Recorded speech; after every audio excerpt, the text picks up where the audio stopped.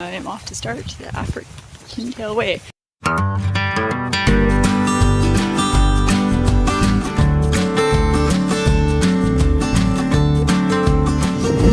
The logistics of getting from the end of the Skye Trail to the beginning of this Affric Kintail Way is surprisingly simple. Just one bus and then walking 2k through a quiet farm road, and there's a good place to get coffee and food at either end, which I availed myself of both.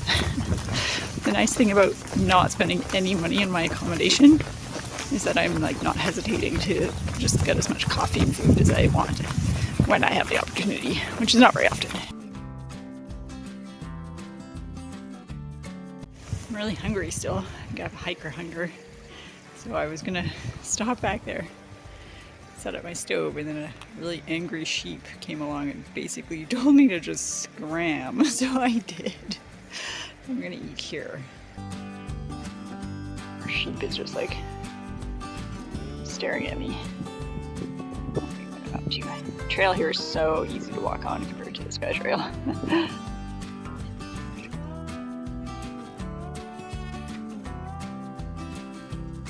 I just ran into some people and they said there was nobody at the bothy. It's really big as well, so there will be space for me no matter what.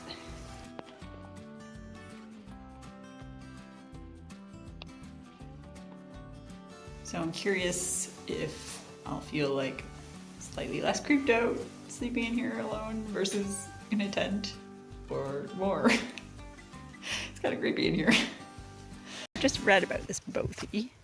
It was occupied by a shepherd at some point, I think in the 50s or 60s. The Mountain Bothy Association decided to sort of rehab it.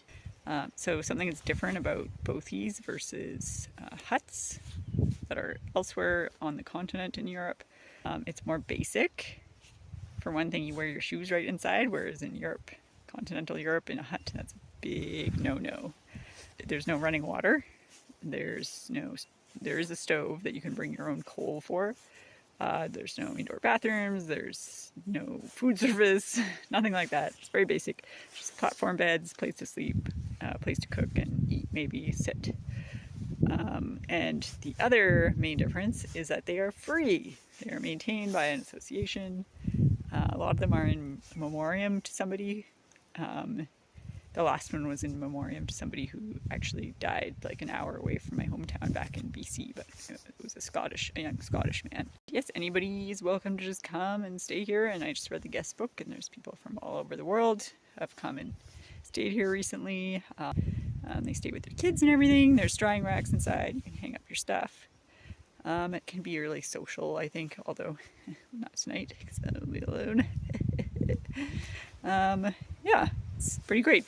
Unique. There's not a lot of other places that I've been like this. This is my first bothy that I'll actually sleep in, although I did go in to the other bothies so far in Scotland. So, looking forward to my first bothy sleep. Something you really notice in here is how small the windows are. It's quite dark, and people bring their own candles, which would be very atmospheric to light some candles, play some card games with your friends or family in here. It'd be really cozy. Not me though. I did not bring any candles. So I just woke up here at the hut at 6:30. It's a beautiful day.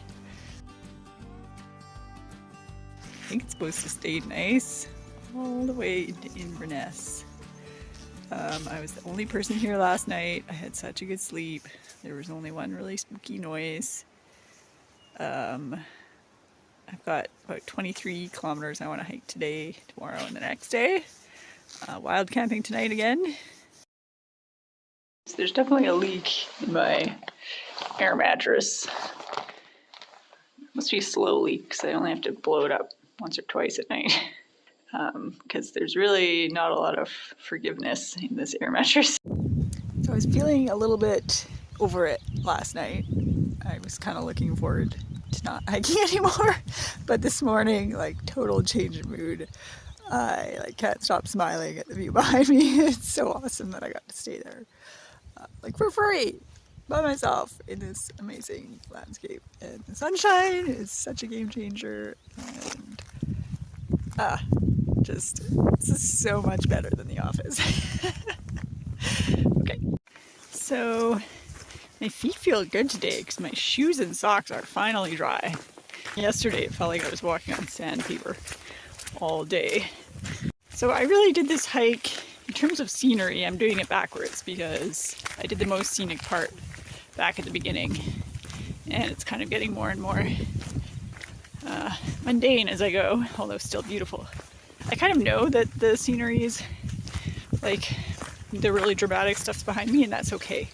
So my expectations have been adjusted. And it was really nice getting the public transportation stuff out of the way because I hate those kinds of logistics. And now I just have to cruise right to my hostel door. I got these NNG synthetic toe socks.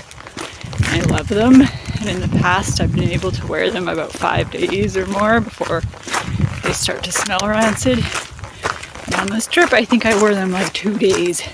They're attached to my pack and it smells like there is like a rotting animal. Like I can smell it as I walk. It just smells so bad. So synthetic socks are definitely a no in this environment. I think just generally speaking in Scotland, you need wool socks. This is exactly what you imagine the Highlands will look like. And they really do. There's even like some picturesque ruins right around here. Snow, not very high up. Came around the corner, I saw that black rock. And immediately I thought, oh, a black bear.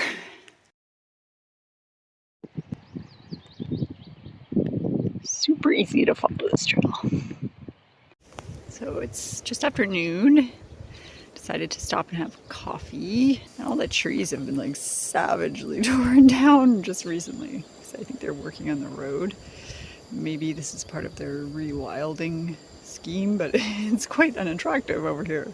As you can see, there's been some heavy machinery through here, and I saw the heavy machinery tearing down the trees. I feel like that's having a bit of an impact to the hiker experience. I'm sure in a couple years it'll look natural again. It doesn't feel quite as idyllic as it might have even a couple weeks ago before that big machine arrived.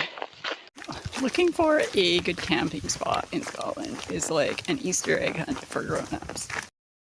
I see a delicious place right down there, but how am I going to get down there? I'm going back now. I'm going to try to walk down to that little white beach area that just looked so good, but with all the slash and bog, it's going to be interesting trying to get down there. End up in the morning. I'm down. That was an interesting descent. Stepped in a giant hole at one point, and getting up tomorrow is going to be downright comical, but that's a tomorrow problem. Let's see if this is as good as I'd hoped. Just the right size for my little tent.